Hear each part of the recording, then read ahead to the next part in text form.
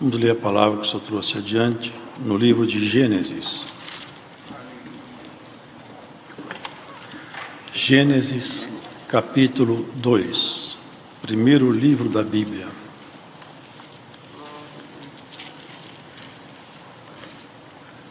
A partir do versículo 4. A formação do Jardim do Éden.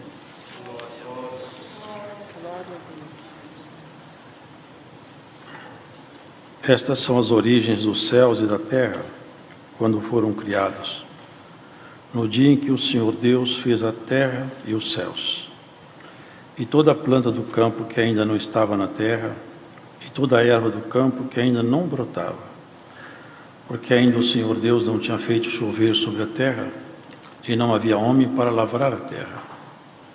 Um vapor, porém, subia da terra e regava toda a face da terra. E formou o Senhor Deus o homem do pó da terra, e soprou em seus narizes o fôlego da vida. E o homem foi feito alma vivente. E plantou o Senhor Deus um jardim no Éden, da banda do Oriente, e pôs ali o homem que tinha formado.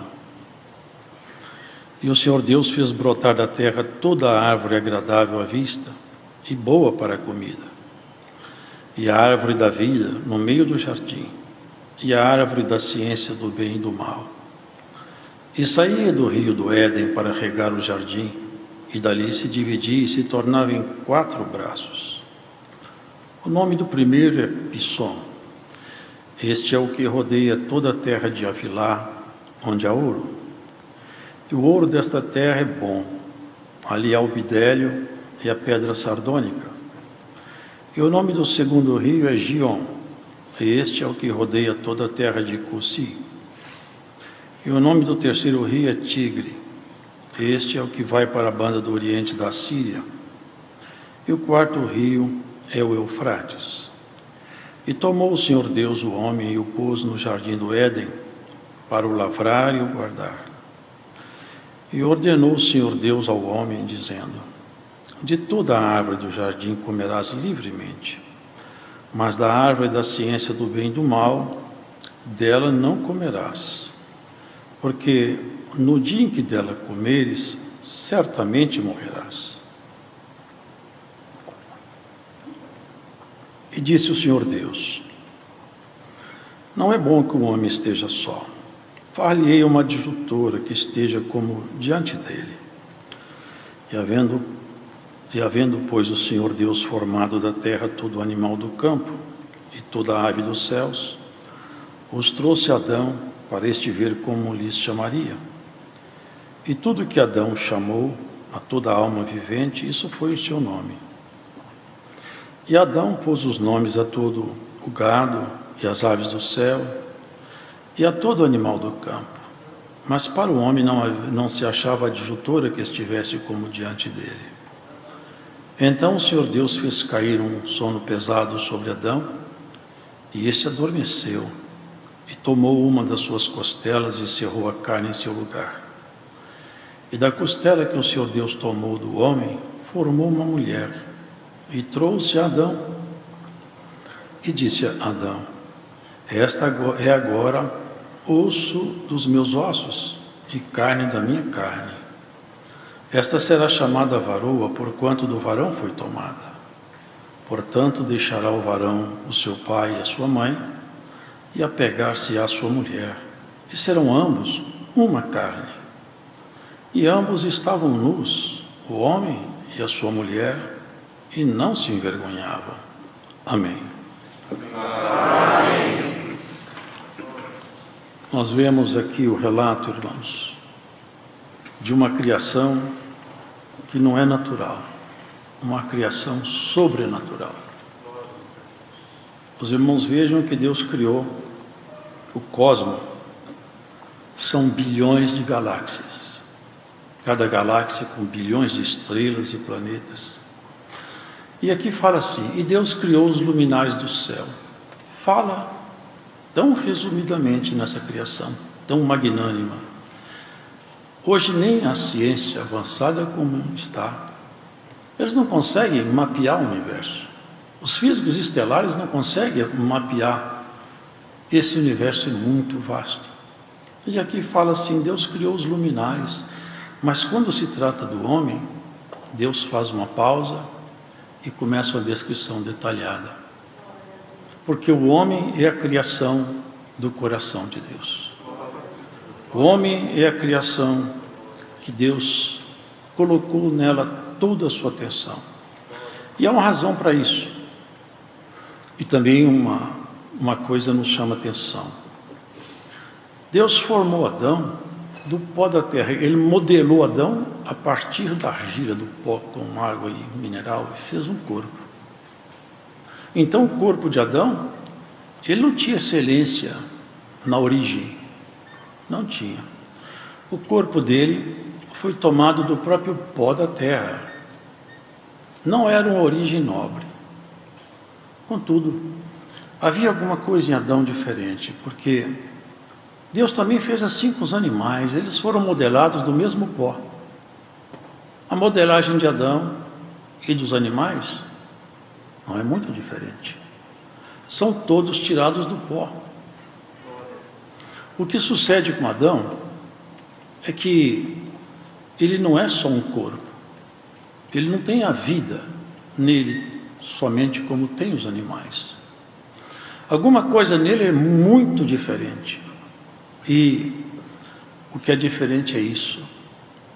É que dentro de Adão, Deus colocou um espírito, que é a nossa essência, semelhante a ele mesmo. E diz assim que ele era imagem e semelhança de Deus. Os irmãos, vejam que aqui o Senhor falava assim: façamos o homem.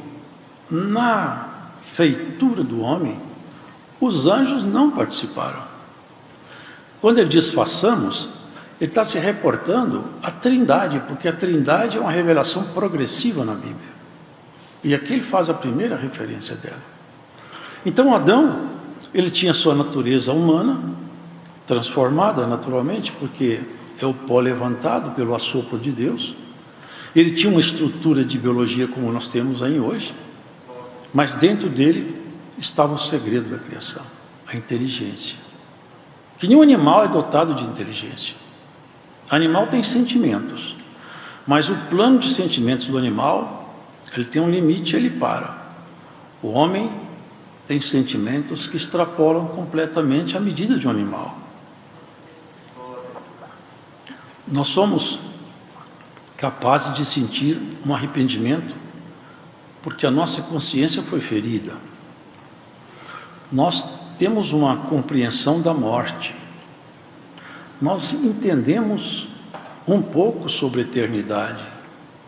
Nós sabemos e entendemos pela fé que existe um Deus todo-poderoso.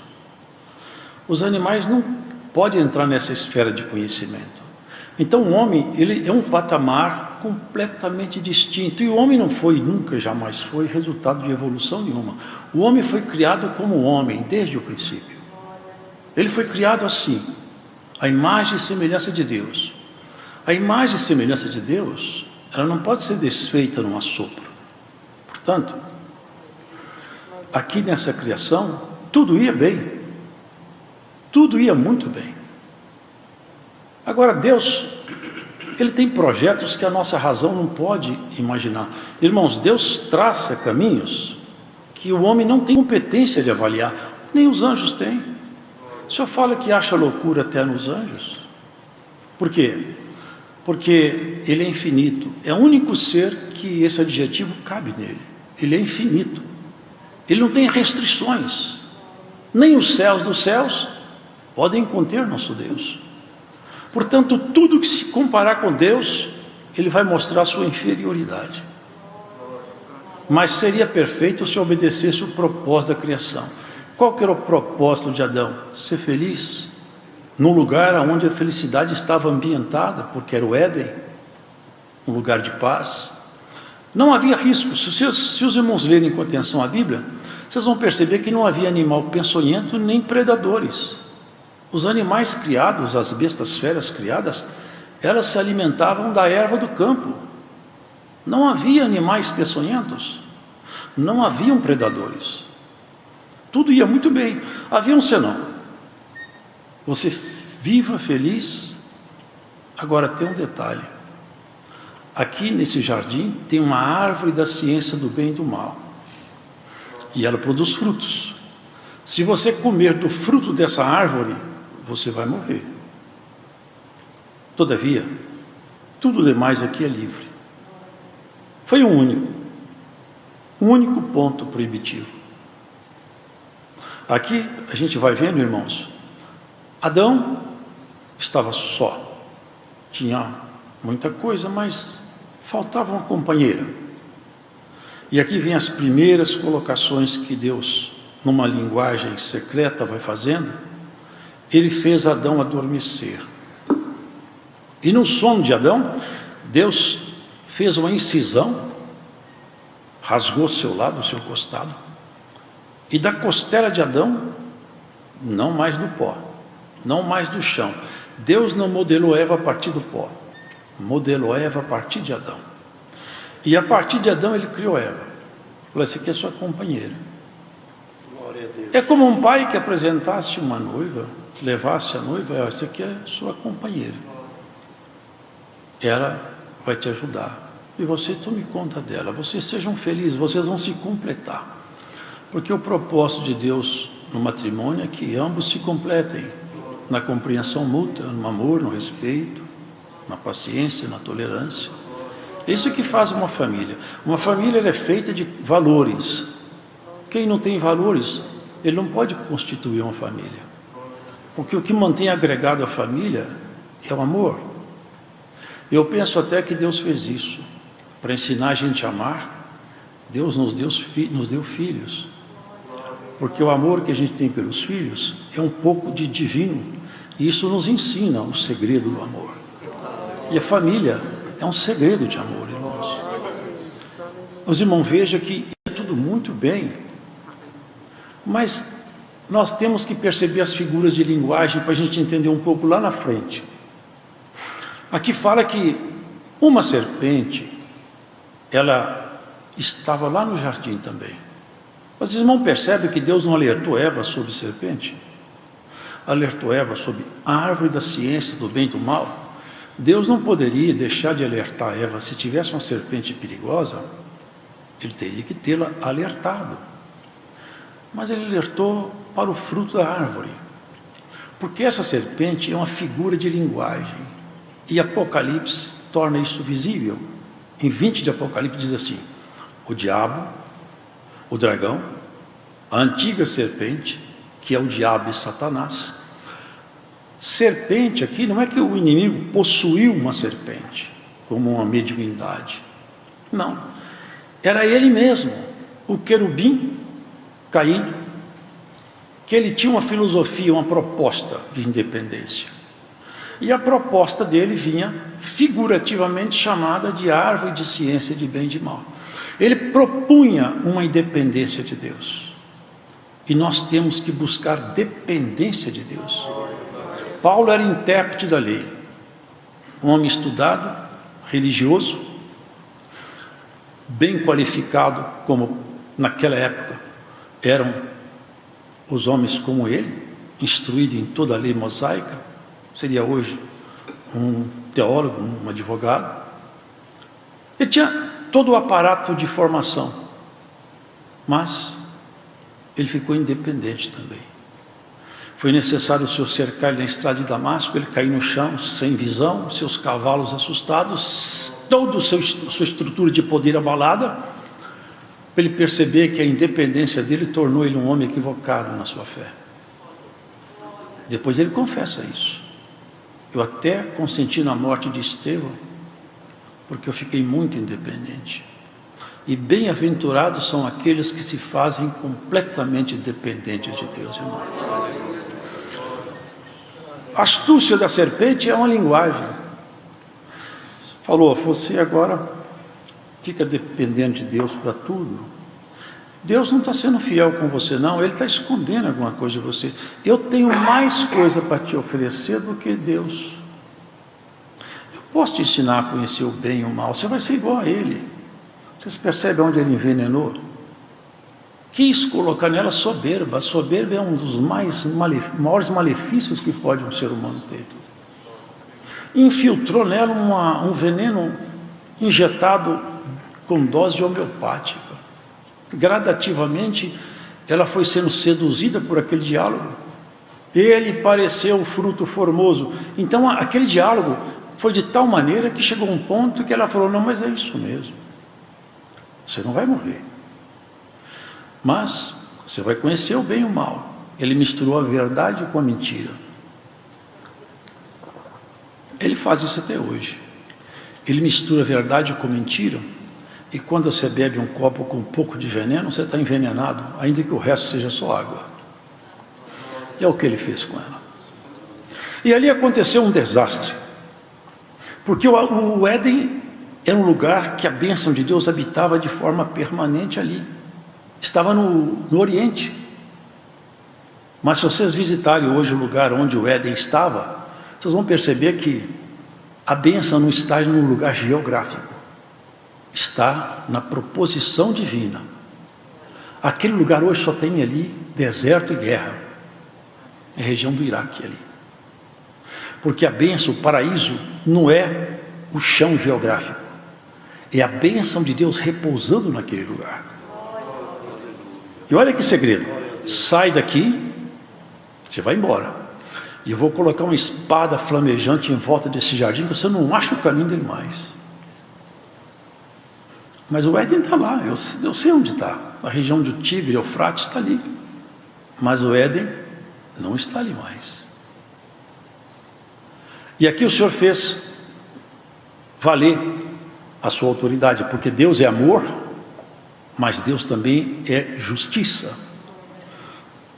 Uma das filosofias que corre o mundo é que Deus não vai colocar ninguém no inferno porque Ele é amor. Isso é uma falácia. Deus não vai colocar mesmo. Quem se coloca no inferno são as pessoas pelas suas ações.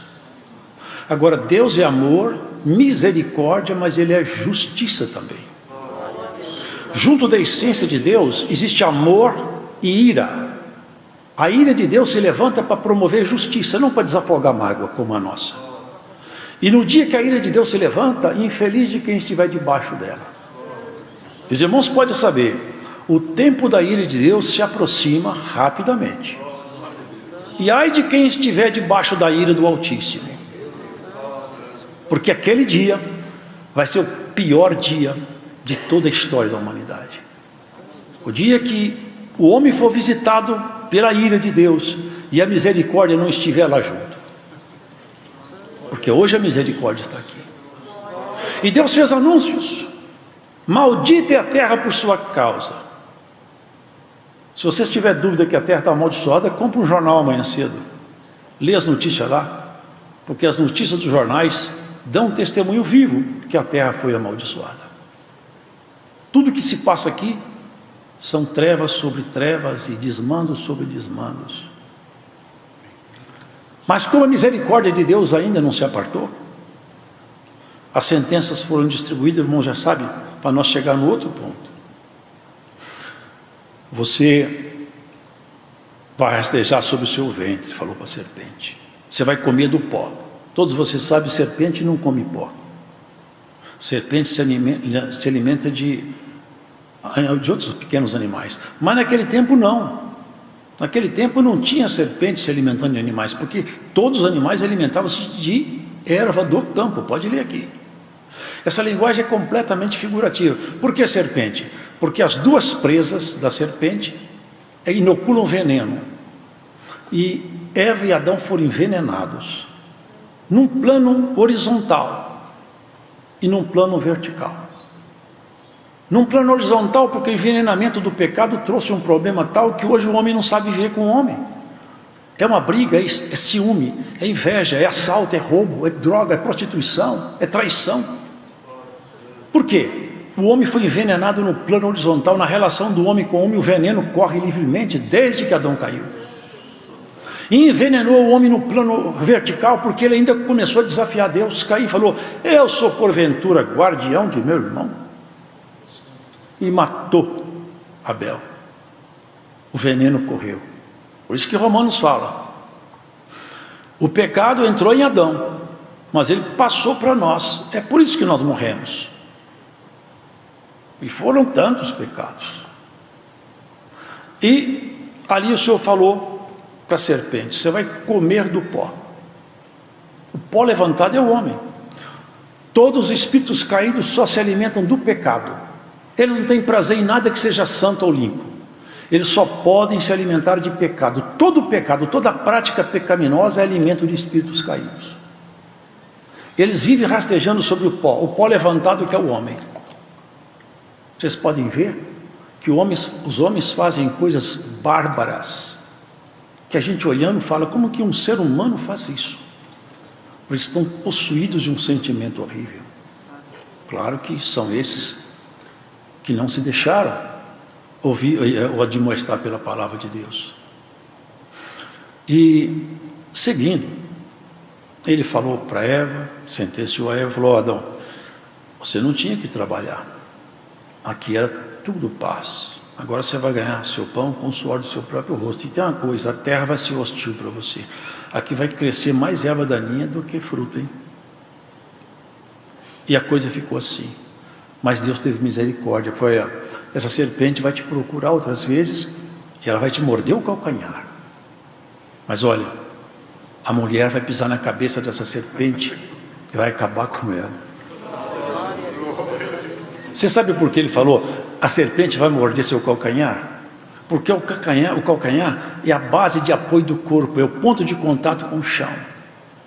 Ou seja, o inimigo vai comer do pó, ele vai te procurar aonde você apoia no chão, na terra. O homem, quando ele se apoia aqui embaixo, ele é facilmente ferido pela serpente.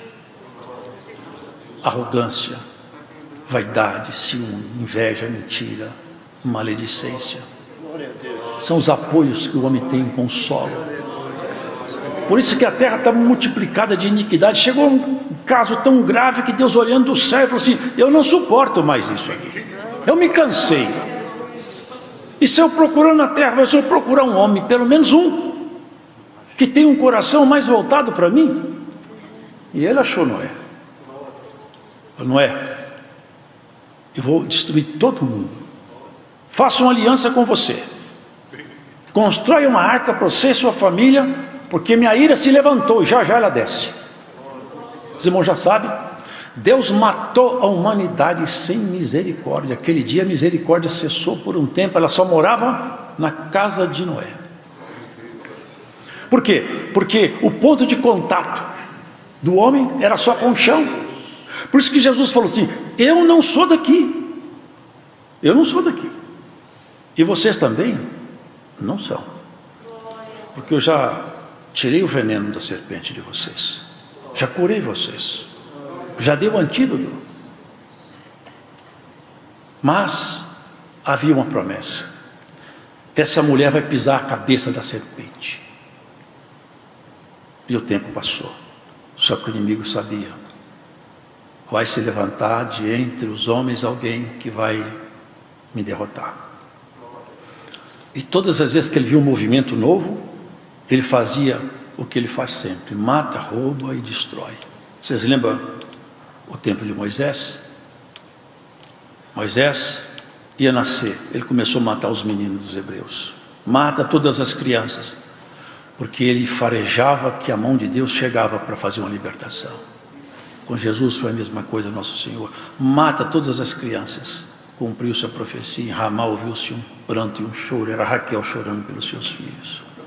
Tentou matar. Mas uma coisa é certa: tudo que Deus determina, não há quem possa revogar. E se Deus determinou alguma coisa na vida sua, ninguém pode revogar. Passa o tempo que passar, Deus vai executar o que Ele projetou com você. Pode guardar isso, irmão, porque quem promete para nós não é um homem, é o Altíssimo. Ele tem autoridade sobre o que ele fala.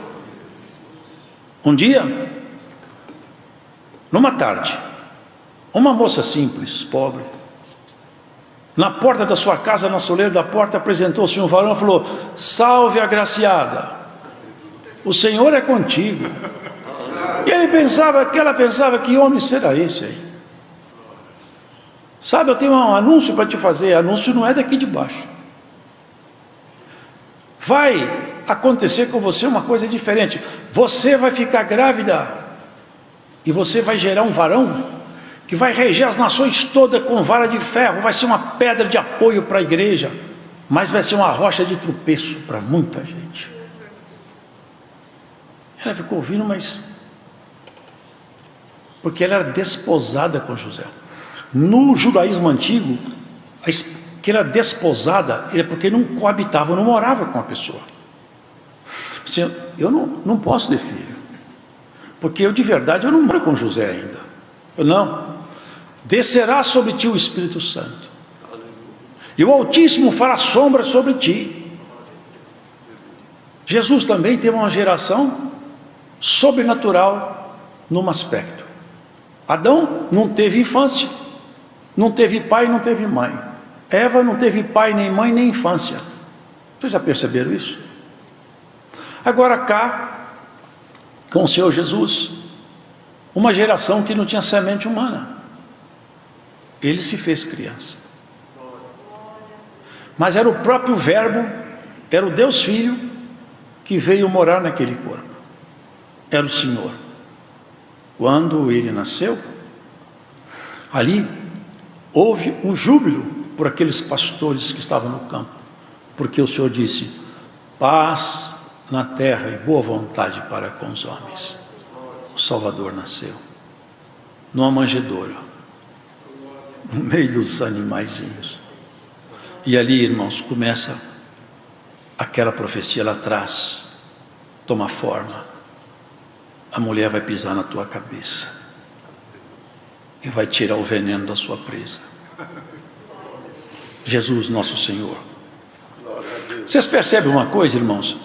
Adão, ele teve que dormir para que Eva fosse gerada nele. Mas um homem gerou uma mulher. Não é o caminho biológico. Nosso Senhor Jesus Cristo, enquanto ele andava aqui, ele falava: olha, se eu não for para o Pai, eu não posso enviar para vocês minha promessa. Mas quando eu chegar lá, eu cumpro aqui embaixo, porque é mais ou menos assim. Não sei se vocês lembram aquela parábola do credor incompassivo.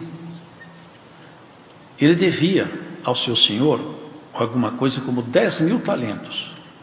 Só para os irmãos terem uma dimensão, uma ideia da parábola. Um talento equivale a 6.000 dracmas, o denário. Uma dracma, um denário, é um dia de trabalho. Ele devia 10.000 talentos.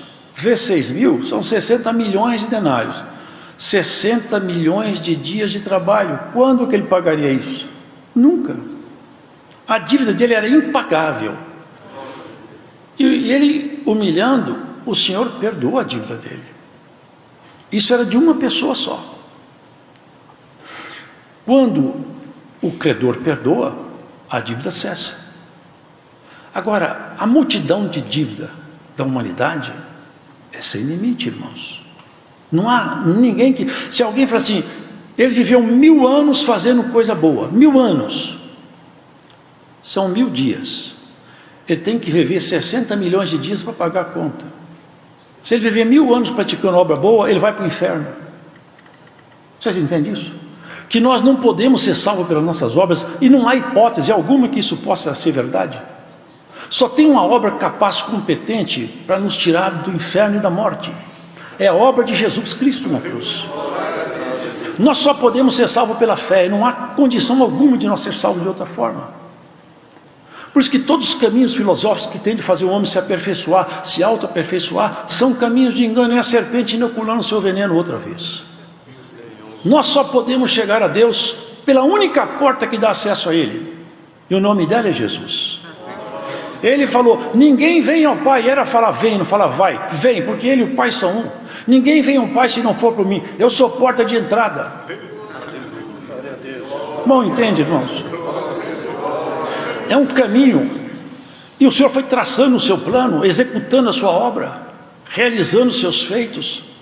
Uma simplicidade E uma arma desconhecida também, porque ele era irritado, provocado. Vocês lembram? Eles faziam um teste com ele toda hora. Uma ocasião cercaram ele, querendo saber se podia pagar tributo ou não. Era a hipocrisia deles. Eles queriam que Cristo falasse, não paga tributo. Eles levariam para Roma, ele está fazendo a rebelião. Se falava, paga tributo, eu dizia, o Messias seu está mandando pagar tributo a Roma. Os judeus odiavam isso aí. Ele ficou numa chamada, num dilema. E ainda foram bastante hipócritas. Nós sabemos que o Senhor não mede nada pela metade, não se deixa levar por medo de ninguém, é um homem muito justo. É certo pagar tributo a César? Porque, não sei se os irmãos sabem, as moedas eram sempre cunhadas com deuses pagãos. E a moeda que eles pagavam ali era moeda, tinha o César cunhado nela. Deixa eu ver uma moeda aí, o que está aí na moeda aí? César. Então faz o seguinte, dá a César o que é de César, e a Deus o que é de Deus. Meu assunto é mais alto do que os seus. Estou tratando de coisas mais elevadas. O Senhor veio tratar de coisas refinadas, irmão. Salvação não é coisa pequena, não. Se nós tivéssemos uma visão da eternidade, nós nunca mais seríamos as mesmas pessoas mais. Se nós pudéssemos vislumbrar além do horizonte da morte e víssemos um pouco acima, aonde habita um pouco da glória, quando nós voltássemos, nós não seríamos capazes de conversar como nós conversávamos antes. Porque isso aqui não é um mundo real para sempre. Isso está com os dias contados. Pedro falou, os elementos ardendo se desfarão. Há uma condenação premeditada, marcada. Deus vai destruir o cosmo. Não é a terra, não. Deus vai destruir o cosmo, o universo profundo. Isso tudo vai ser desfeito, porque essa glória não é glória. A glória de Deus está acima desses céus que nós enxergamos. É tão maravilhoso, que foi necessário Deus Filho, Jesus, o Filho de Deus, se fazer homem. Paulo falou, Deus estava no mundo, reconciliando o mundo consigo mesmo. Por causa de quê? Porque a imagem e semelhança dele, ele colocou em nós aquilo que é mais precioso. A imagem e semelhança dele está dentro de nós. Se nós fizéssemos um teste genético aí, você ia falar, sua paternidade é lá de cima. Nós temos uma vocação para o alto, e nós não podemos perder essa vocação. Jesus Cristo, ele veio resgatar, pagar. Ele falou, quanto que é a dívida? É impagável. Nessa parábola vocês veem, você pensou, irmãos, milhões de dias de trabalho, só se podia pagar trabalhando, era impagável. Agora, imagina a humanidade toda, qual o preço disso? Não tem nenhum querubim no céu que tinha competência para arcar esse custo. Nem toda a corte celestial pagava, e nem também tinha coragem de fazer isso, se fazer homem, enfrentar o inimigo no seu próprio território, se esvaziar da glória, enfrentar ele sem nenhuma condição, como homem. Só teve um que fez isso, foi o Senhor. Eu desço lá e resgato as ovelhas, me faço homem, me misturo com semente humana, mas eu busco as ovelhas perdidas, eu trago elas. É uma obra maravilhosa demais, muito grande, irmãos. Mas para essa obra ser consumada, eu tinha que pagar a conta. Mas a conta era alta demais. Eu não sei se os irmãos sabem, mas só se expia pecado por sangue. Vocês lembram que havia a expiação por sangue? Para expiar um pecado é preciso que o sangue seja derramado. O sangue é vida. Se derrama a vida para pagar o pecado. E mesmo assim, aquela pessoa que praticou aquele ato ali, que uma liturgia, fica vazia, porque logo ali na frente ele peca outra vez, porque não purifica a consciência. Sangue de touro, de novilha, não purifica a consciência. Cristo, ele veio como cordeiro. Só, o meu sangue, eu vou derramar ele por todos que acreditarem em mim. Mas Deus não morre, Deus não pode morrer. Deus não dorme, Deus não pode dormir. Mas Deus estava em Jesus. Jesus era filho de homem. Deus não. Deus sempre existiu. Mas Jesus não. O homem Jesus nasceu de Maria. Mas como Deus morava dentro do corpo de um homem, aquele sangue tinha o preço da eternidade. Porque ele nunca conheceu o pecado. Ele se fazendo homem, ele se deixou, colocou-se diante de todos os poderes caídos, nunca conseguiram tirar dele uma palavra bruta, um desequilíbrio espiritual ou psicológico.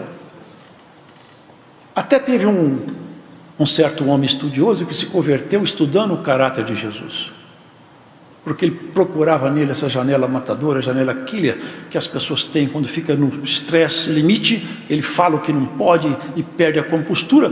Jesus sempre brando, calmo, ele não perdia, não revidava. A arma dele era desconhecida, uma arma chamada amor, compaixão e misericórdia. Por isso o sangue dele tinha um preço da eternidade. Por isso que o sangue dele tem capacidade de nos lavar. É tanto que quando ele estava na cruz, vocês podem prestar atenção, ali na cruz, em sacrifício, quando ele morreu ali, o véu do templo rasgou-se de alto a baixo, porque aquele véu simbolizava o seguinte: o homem não pode chegar até mim. Deus falava, o homem não pode chegar até mim, o pecado é uma barreira que eu não aceito que o homem se aproxime de mim. Essa conta tem que ser paga. Jesus falou, essa conta é minha, eu vou pagar. Eu vou pagar a conta. Não que o pecado entrou nele, porque jamais entrou. O pecado lhe foi imputado na cruz. Ele foi soterrado pelo pecado seu e meu, nosso. Ele sofreu na cruz o preço do pecado humano, mas ele não recebeu o pecado como parte dele. Imaculado, santo e puro. Agora, olha os irmãos, ele morreu, porque também os soldados saíram procurando aqueles crucificados para quebrar-lhes as pernas, porque o sábado já era o dia importante para o judeu. Eles tinham que matar aqueles homens para que eles não sobrevivessem até o sábado. E quebrou a perna de um e de outro, mas foi quebrar a perna de Jesus Cristo, ele já tinha morrido, porque está escrito assim: nenhum de seus ossos será quebrado. E ele morreu. Um soldado rasgou o lado dele com uma lança e jorrou sangue e água. Irmãos, eu nunca vi, se tem, eu não sou médico, mas eu nunca vi falar que uma pessoa rasgada por uma lança saia água. Eu vejo falar que sai sangue, porque exatamente são os elementos que saem de uma mulher no parto.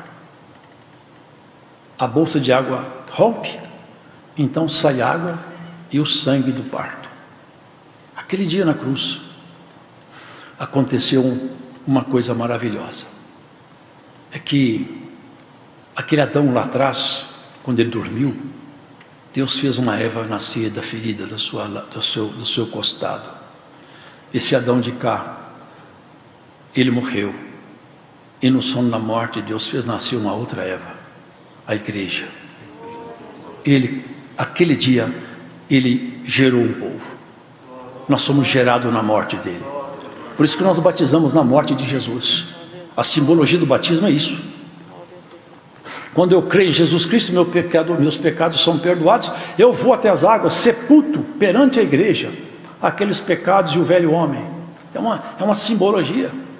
Eu falo assim: como Jesus me perdoou e ele morreu por mim, eu morro por ele aqui nessa simbologia do batismo. E quando eu saio das águas, eu sou uma nova criatura. O Senhor Jesus Cristo fez ali aparecer essa Eva nova, fez aparecer uma igreja para ser trabalhada, para ser aperfeiçoada, e o veneno dessa serpente não tem mais poder em nós, porque se nós ficarmos dentro da palavra, nós somos imunizados contra esse veneno dessa serpente. Já temos em nós um soro, já temos uma vacina contra esse veneno. é só resistir tudo que ele tentar fazer conosco, ele não nos levará à queda mais. Se Adão saiu do Éden, levado por Eva, aonde está o Éden? Apocalipse, carta de Jesus Cristo à igreja de Éfeso, no final diz assim: ao que vencer, dar-lhe-ei de comer da árvore da vida, que está no paraíso de Deus. Vocês percebem que o paraíso não foi desfeito? Ele foi transmutado, ele foi colocado na dimensão onde ele vai ficar definitivo. Ele saiu dessa dimensão. Aquele que vencer, e a árvore da vida. A árvore da vida é a palavra de Deus. Quem comer da árvore da vida não morre mais. É por isso que nós ficamos imortais. Nós não vamos morrer mais, porque a palavra de Deus já está indo. Sobre assim, vou fazer Adão sair daqui para ele não comer da árvore da vida e ficar eternamente em pecado, mas nós vamos ficar eternamente em santificação perante o Senhor.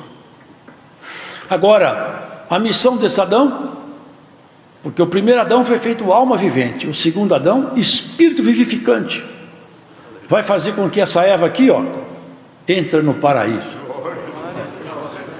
Agora vai ser uma entrada triunfal, porque lá não tem árvore da ciência do bem e do mal mais, o inimigo não está lá mais. Uma vez entrando dentro das recâmaras divinas, nunca mais sairemos.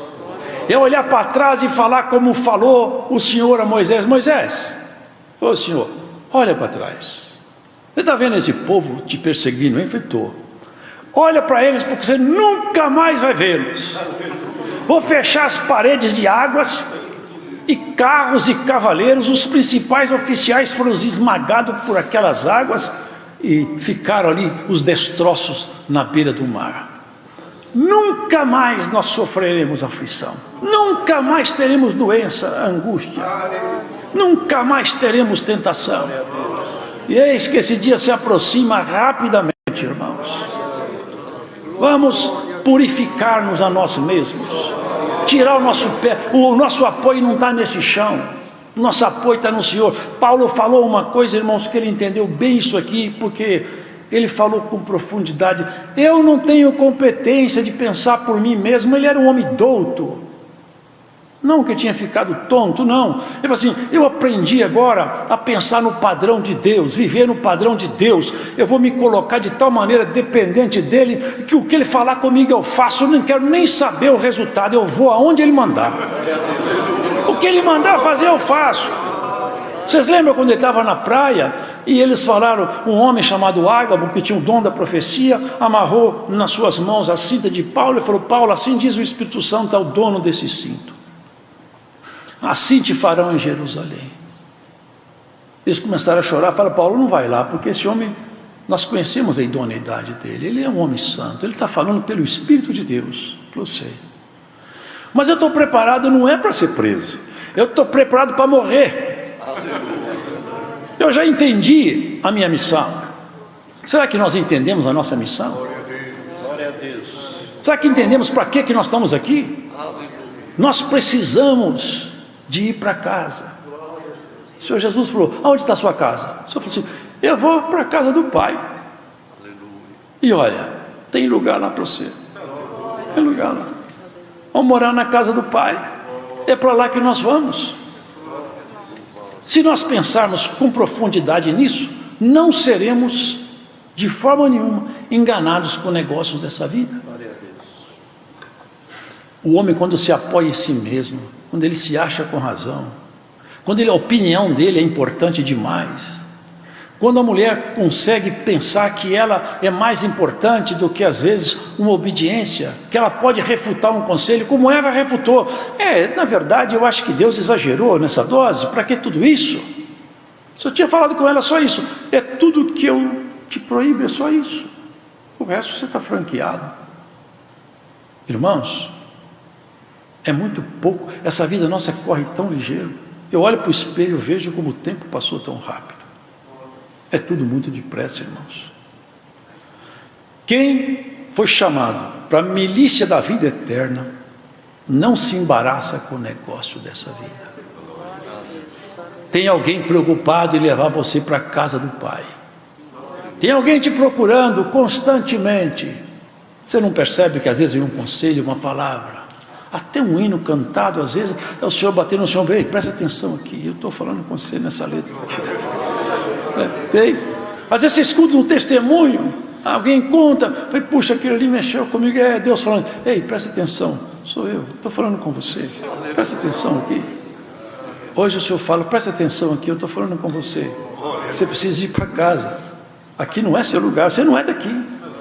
Você não percebe que você não é daqui? Aqui as coisas não dão certo muito para você, não. Você nunca se esse mundo e você não dá muito certo, não. Você pode ver, quem é de Deus, ele vive aqui, mas sempre nele alguma coisa não é aqui, não é aqui, falta alguma coisa. O que falta em você, Cristo completará. Deus seja louvado. Amém.